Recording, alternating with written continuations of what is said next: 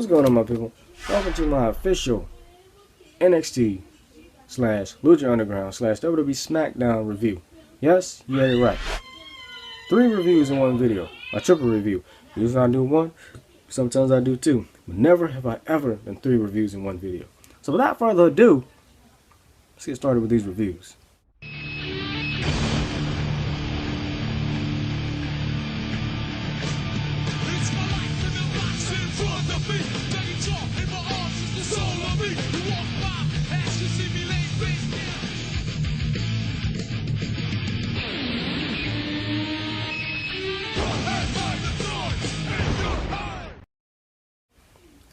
We'll get started with NXT first. So we started off with Baron Corbin versus Johnny Gargano. And I'm wondering when Gargano and Tommaso Ciampa is going to sign a full-time contract with WWE.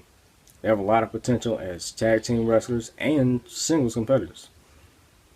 And I see them going a long way in WWE. As long as they don't fuck them up. I say the same thing for AJ Styles. As long as WWE doesn't fuck him up, I'm perfectly fine with him being in WWE. Because at first I was kind of skeptical about it. But now, I'm actually looking forward to what they're going to do with him. As long as they don't fuck it up. But Baron Corbin defeats Johnny Gargano with the End of Days. Before he hit the End of Days, he hit the Deep Six. And I love that combination. Here's the Deep Six first and then the End of Days. Damn good combination. Kind of like what Finn Balor did last week. He hit the coup de grace first, and before going for the pin, he hit the Bloody Sunday. I think that's what he should do. Hit the coup de grace first and then go for the Bloody Sunday. But anyway, Baron Corbin continues to impress me. He's growing on me a lot. He's adding more and more moves to his arsenal. He has way more moves than Roman Reigns now. You know what I'm saying? As far as I'm concerned, Baron Corbin should be in that match at Fastlane. Fuck Roman Reigns. But anyway, Baron Corbin defeats Johnny Gargano. Then we have Sami Zayn interview. Samoa Joe also had an interview. Basically just hyping up their match next week, which is going to be a 2 out of 3 falls. They didn't announce it yet, but it was in the spoilers. I'm not going to say who won. All I'm going to say is that it's going to be a 2 out of 3 falls match. It's going to be pretty fucking awesome. I cannot wait. Next we have Hype Bros versus some enhancement talents. Love the fact that they call them enhancement talents instead of jobbers, because jobbers is very disrespectful. So, yeah. And Hype Bros were pretty much just avenging their loss from last week to American Alpha. But anyway, next we have Alexa Bliss. Oh, sweet, sweet Alexa Bliss. What ass! Versus Cameron. Sloppy match overall. Cameron is very bad in the ring. I mean, when she first re-debuted in NXT, she wrestled pretty damn good. But on this show, she wrestled pretty damn bad. And that doesn't look very good. It's getting so bad due to the fact that Eva Marie has more potential than Cameron now. Eva Marie is a pretty damn good heel. If Cameron is going to matter on WWE, even on NXT TV, she's going to have to undergo either a gimmick change. No, I'm not even going to say either. She has to undergo a gimmick change. She has to get a new theme song, put some new moves in her arsenal, train some more, and maybe, just maybe, she would be good to have on NXT. Maybe she would get a reaction when she comes out, because she didn't get not one reaction when she came out. The whole crowd was quiet. You can hear a pin drop. That's how quiet they were, because nobody gives a fuck about her. Yet when Eva Marie comes out, it's a whole fucking ocean full of boos. And I love it. I love Eva Marie. But anyway, Alexa Bliss defeated Cameron. Alexa Bliss carried the whole fucking match. And Alexa Bliss has a beautiful fucking finisher. And Cameron, she pretty much has the same finisher that Mickie James used to have. So, yeah, she needs a new finisher too. Anyway, next we have Enzo and Cass in the backstage promo. This was pretty damn funny. It started off serious, and then they started singing Back to Back by Drake. And then here comes American Alpha, and they start singing Back to Back by Drake. Chad Gable was singing the words wrong and shit, and that made me laugh a little bit. I love it. 2 of my favorite tag teams in NXT, man. I love it. Next we have Elias Sampson versus Jesse Sorensen. Another piss poor match. We know Jesse Sorensen from TNA. Short-lived TNA career. Asked for his release. They granted it, and he started doing bigger and better things. I think it was in PWG. I know he was in Ring of Honor for a fact. And, you know, he was pretty damn good. Has a damn good finisher. And I think you know, he was going to go on to bigger and better things in WWE in the future.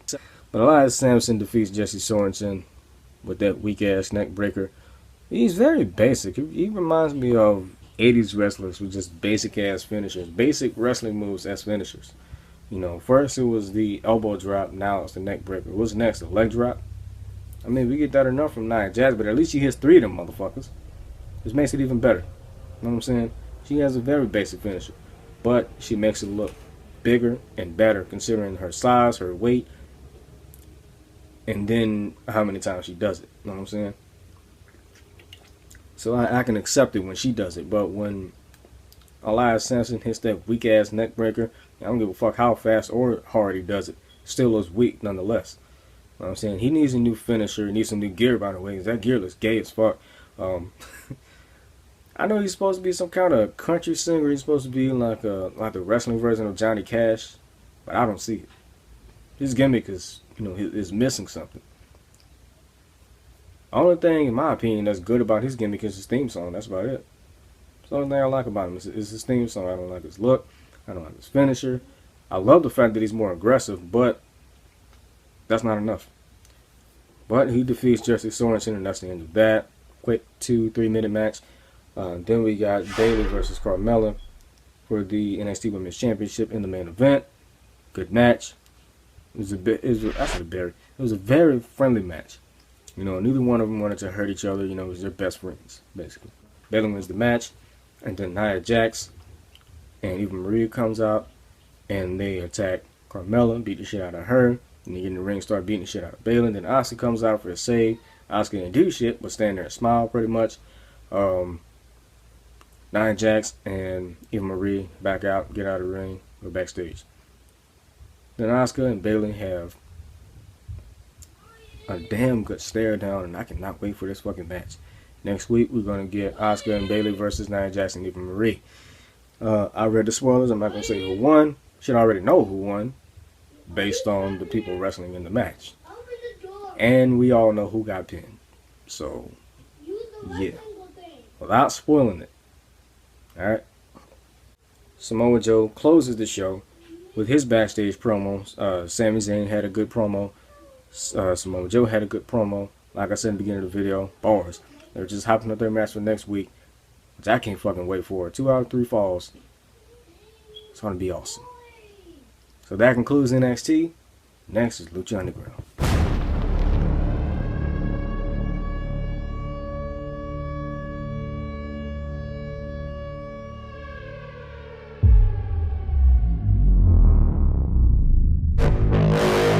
Lucha Underground. Now, Lucha Underground is a little bit different than NXT. I'm not going to say too different because we see high-flying matches on both, but the way they do storylines and the cinematics that they do on Lucha Underground makes Lucha Underground a better promotion. All the matches matter. It's the best part about Lucha Underground. My favorite part about Lucha Underground. All the matches matter. Know what I'm saying? And they show that they give a fuck. Dario Cueto, and I'm using Spanish pronunciations, by the way, for Lucha Underground, because I can't help it. But Dario Cueto, probably one of the greatest business owners today. I see him as a Mexican Vince McMahon. I don't know if he's really from Mexico, but he looks Mexican. That ain't what matters. What does matter is that we started off with Cobra Moon versus Bengala. Bengala represents the Bengal. Cobra Moon represents the Cobra. Cobra Moon is the female Randy Orton, in my opinion, because, you know, she has the reflexes, or I say reflexes. Well, yeah, reflexes / senses of a snake. Like Randy Orton, she slithers around the ring. He slithers around the ring. She actually beats Bengala, which is the first time I've ever seen a man get his ass beat by a girl on a wrestling show. Well, Cobra Moon wins the match. Then we got Jack Evans versus Drago. Jack Evans, we know him from Ring of Honor and PWG. He's the man behind the 630 splash. I don't know if he was the first person to hit it, but I know he hits the best 630 splash, in my opinion, aside from Ricochet, or Prince Puma. But Jack Evans reminds me so much of Seth Rollins, you know, heel-wise, because he turns heel on this show. close to the end of the match. He cheated to win. Actually cheated throughout the whole match, but he really cheated at the end of the match. After he wins the match, that sexy ass ring announcer, I love her, man. What's her name? Melissa Santos? Excuse me, Melissa Santos. She started announcing him as the winner. He cut her off, said, "Shut up!" Grabbed the mic, and he said, "And your winner, Jack, the Dragon Slayer, Evans." I like it. Sounded kind of weird the way I just said it, but I like it. Heel turn. Another one. On Lucha Underground. Another one. Anyway, main event, we got Phoenix versus King Cuerno in the last Lucha standing match. Before we get to that, there was a couple backstage segments. The first one was with Katrina, who we knew as Maxine in NXT Redemption, season 5. She was Derek Bateman, who is now known as EC3 or Ethan Carter III in TNA. She was the valet/girlfriend of Derek Bateman in NXT. So Katrina and King Cuerno have a backstage segment. I love how cinematic the backstage segments are. It's shit. It looks like the shit came straight out of a movie. You know what I'm saying? I love it. And last week, we seen some shit that we don't ever see on wrestling shows. We seen Vampiro kill a motherfucker. He killed the damn, what was it, a doctor or a therapist or some shit? Man, god damn, that shit was brutal. People actually die on this show. Not literally, but you know what I mean. Storyline wise, kayfabe. And last week, Mil Muertes, aka Judas Macias, he got his arm broken last week. They was writing him off for something. I guess he was already injured, so they decided to, do that to keep him out of the ring. But the best part about it is that he actually sits on his throne and watches every match closely to see who could be the next contender for his championship. He is the Lucha Underground World Champion. So, he sits on his throne. I love that. You know what I'm saying? Different shit that we see in Lucha Underground that we never see in any other company. You know what I'm saying? And then the Gift of God's Championship, which was Phoenix's at first, which is now King Cuerno's. They had the Gift of God's Championship last week, between Phoenix and King Cuerno. King Cuerno defeated him for the Gift of God's Championship, and the objective of the objective of the Gift of God's Championship is like the Money in the Bank, where you can cash it in at any time to become champion, world champion, I should say. It's kind of like what they did in TNA with the X Division Championship. You win the X Division Championship as long as you're, under 230 pounds. If you're a light heavyweight and a cruiserweight, you'll be eligible to win that match, or to win that championship, unless you're Samoa Joe, who is like 260 or 50 pounds or some shit. I think, at least. But he wrestles like a fucking cruiserweight. So, they took exception to him, I guess. But, Lucha Underground does it right, because the Gift of God's Championship is for any person at any weight. You know what I'm saying? You can be 300 pounds, 400 pounds to win that championship. Granted, there is no 300 pounders or 400 pounders in Lucha Underground. Everybody's a luchador. Excuse me, luchador. But back to the segment. Katrina tells King Cuerno that she wants him to finish the job that she did, or that he didn't do. I said that she did. That he didn't do to Phoenix last week. He didn't finish the job. So, she announces that he's going to be wrestling in a last lucha standing match. Not last man standing, but last lucha standing. Luchador. And I was actually kind of looking forward to this. And then the second backstage segment that we had, I don't remember his name, but it was a vignette. And I love the way that they do vignettes on Lucha Underground. You know what I'm saying? Because you get a backstory at the same time. WWE, when they do vignettes, they do, teasers and shit, pretty much. But Lucha Underground, you get the whole backstory. You know what I'm saying? I don't remember what the last backstage segment was about to end the show. But the segment that we had before that was an announcement for next week's. I don't know if it's going to be. I don't know if it's going to be the main event or not. But we're going to have Prince Puma versus Pentagon Jr. next week. I cannot wait for that. Anyway, back to the match, the main event. Phoenix versus King Cuerno in the last lucha standing. Phoenix actually wins the match. Very fun match. Damn good match. Awesome match. King Cuerno did most of the offense in the match. Phoenix got little offense, but it doesn't even matter. They did way more in the match last week, but this match had, you know, a bigger feel to it than it did last week because they used weapons and shit. You know what I'm saying? Last Lucha standing, last man standing. There are no disqualifications. There are no countouts unless you're laying on the ground or on the canvas rather. You know what I'm saying? But King Cuerno brings out a ladder, brings out a table, sets it up. The ladder's leaning against Dario Cueto's office. Cueto leaning up against his office. He was climbing in there first. I thought he was going to hit a moonsault onto Phoenix on the ground. I'm like, what the fuck? Is he trying to kill him? But no, he didn't. He climbed up the ladder and then got back down and told the rep to stop counting. Pulled out a table and tried to German suplex Phoenix onto the table. Phoenix reverses, super kicks him in the face, and started climbing the ladder onto the office. King Cuerno came after him. Phoenix got onto the office first and kicked the ladder down with King Cuerno on it. King Cuerno falls through the table with the ladder. Thus, Phoenix winning the match, and, you know, King Cuerno not responding to the 10 count. So that was pretty damn good. I loved it. And then we end the show with that last segment. Don't remember what it was about. It might have been a vignette. I'm not sure.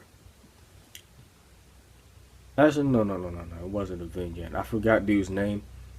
But he was on a quest to find Chavo Guerrero, you know, to continue his feud and shit. So this quest to find Chavo Guerrero and Dario Cueto. So, yeah. Looking forward to seeing what that's going to be about. And that concludes Lucha Underground. On to the next one.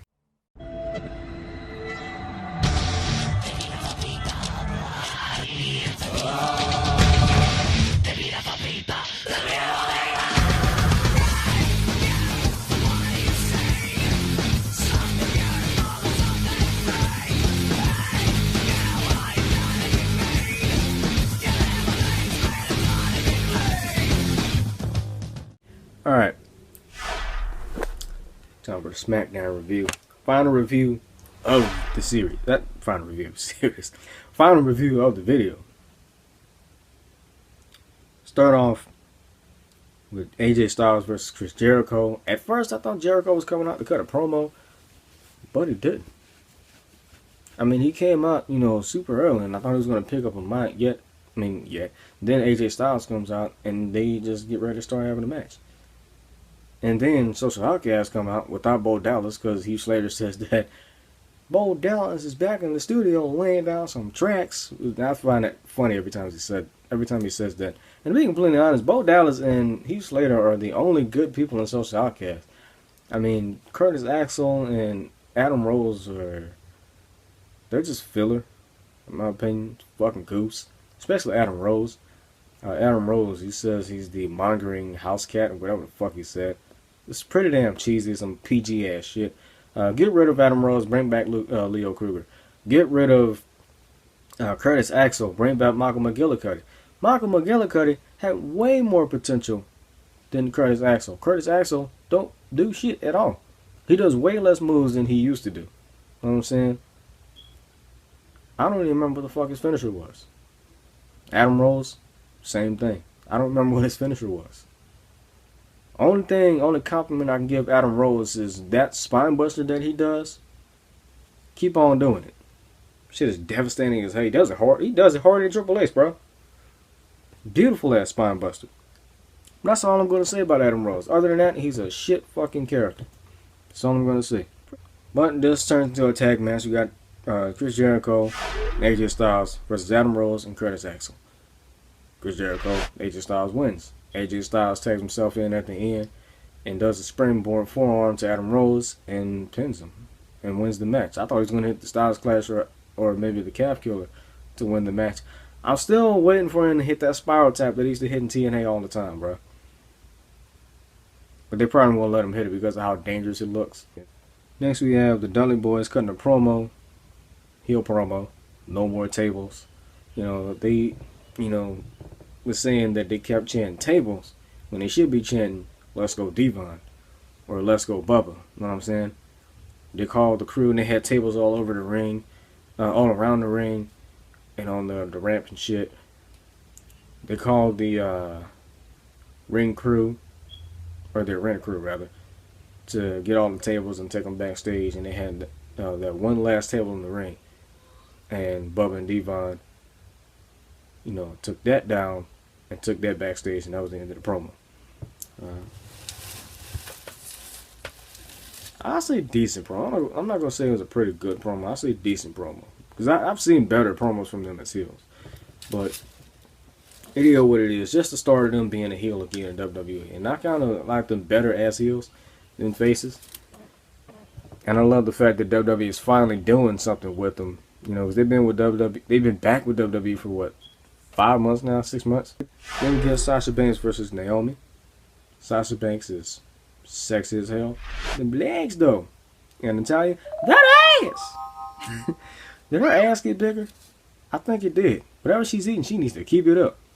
You know what I'm saying? Because that's a real ass. She's not one of the only black women that I know, you know, that's famous right now that doesn't have a fake ass. Where Sasha Banks defeats Naomi. Pretty damn good match. I like this. And the crowd was actually into it. You know what I'm saying? The crowd didn't sound edited at all, which is kind of a surprise because they always edit the crowd on SmackDown, but I don't think they did this time. You couldn't tell if they edited them or not. But the crowd was actually into this match. They love Sasha Banks. They love Becky Lynch. You know what I'm saying? Becky Lynch was out there on commentary, and she actually applauded Sasha Banks at the end of the match. And I cannot wait till they have this match at, not Fastlane, but WrestleMania. Triple threat match for the Divas Championship. Regardless of who wins, hopefully they do in the Lunge Blaze and stick that ugly ass belt in the trash can and bring back the Women's Championship, or at least get a new design or some shit. I'm tired of seeing that fucking butterfly belt, man. Kill that damn belt. Anyway, pretty good match. Then we have the Wyatt family cutting a promo. Awesome fucking promo. Probably one of Bray Wyatt's best promos. Luke Harper sounds pretty damn good on the mic. Even Eric Rowan, he got better on the mic. And then Braun Strowman. Bruh. He's bad in the ring, but he makes up for that shit on the microphone. Keep him out of the ring, and maybe he'll keep my interest. You know what I'm saying? Because I wasn't interested in this dude at first. I mean, the look he has. Oh, he looks pretty damn cool. He looks bad. You know what I'm saying? Bad in a good way. You know what I'm saying? He looks badass. But when he gets in the ring and he starts wrestling, he'll be like, who the fuck is this? You know what I'm saying? That's the look that you have on your face. Who the fuck is this? And why is he on my TV? You know what I'm saying? I feel like JD from New York every time I see this dude in the ring. Hashtag, get off my TV. You know what I'm saying? Get off my TV. The end of this promo, Bray Wyatt finishes talking, and then he drops the mic and drops on his knees and does the follow the buzzer thing. But this time he did it special and said, follow the buzzer. Did the Undertaker eyes and everything. Shots fired. I like that. So it looks like Bray Wyatt and Undertaker have unfinished business. Next we have a Black History package that we've been having the last week or so. Last 2 weeks actually. Then we have Adrian Neville and the Lucha Dragons versus the Cosmic Wasteland. I like Adrian Neville. I like the Lucha Dragons. I hate Stardust. And I love the Ascension. NXT's Ascension. You know, before they even made them, you know, all Illuminati-fied. You know what I'm saying? Only thing I'll say about the Cosmic Wasteland is that they have a good entrance. Especially at the beginning. You know, after Stardust comes out, and he does this. He does that, and he does this, and they pop up like they usually do on NXT. That looks pretty badass. I like that. Other than that, shit tag team, shit stable, nonetheless. And this is an okay match. I didn't even give a shit. We get random tag matches every fucking week, so I actually wanted to skip past this match, but the show was in 720p, so I couldn't skip past it because it would load for another 45 fucking minutes. And the whole goddamn part that I was watching was only 20 minutes, man. 20 minutes, 55 seconds. Anyway, after that, and Adrian Neville and the Lucha Dragons defeat the Cosmic Wasteland. with Connor getting pinned. The biggest guy in the match got pinned by the second littlest guy in the match. Sad. Then we have Chris Jericho versus AJ Styles, a match that we were supposed to have to begin the night, that I'm glad that it main evented the show. AJ Styles versus Jericho, great fucking match. Got a "This is awesome" chant. Wasn't an awesome match, it was a great match. It's a difference between an awesome match and a great match, but it was great nonetheless. Jericho actually wins this match. And just a little bit of backlash, smarks, on the on the internet, saying AJ Styles is getting buried, criticizing Jericho and shit. Jericho responded to the criticism, saying, so if I win, I'm burying someone, but if I lose, I'm a jobber. I'm like, right? Like, smarts don't know what to say online, man. This was only one loss, man. Just one loss. One loss doesn't make you buried, unless you're wrestling John Cena. Great match between Styles and Y2J. Shit. Great match between Jericho and AJ Styles nonetheless, and I'm looking forward to what they do in their next match. Although I'm not a big fan of Even Stevens' booking, here it actually makes sense. You know what I'm saying? Because I talk a lot of shit about Even Stevens' booking, the face and the heel, trading wins and shit. But you only do 50-50 booking when necessary. This time, it was necessary. You know what I'm saying? That's it for this 44.5 minutes. Yeah, I kind of wanted this to be 15 minutes or less, but considering that I'm using custom intros, and shout out to WWE Clips for the custom intro for Smackdown. I made the custom intro for Lucha Underground, and then I got the custom intro for NXT from Andrew, whatever the hell his last name was. Forgot his last name. Shit. But got the intro from him. Actually gave him a shout out the first time I used it. Same with the other custom NXT intro that I used from the NXT Rise. I used the Headstrong intro for that. I actually got a claim for that one, and I just started using the new one that I use for NXT now. Anyway, I'm going to wrap this up like a condom. I'm out, man. Peace. Fuck Donald Trump. Stay blessed.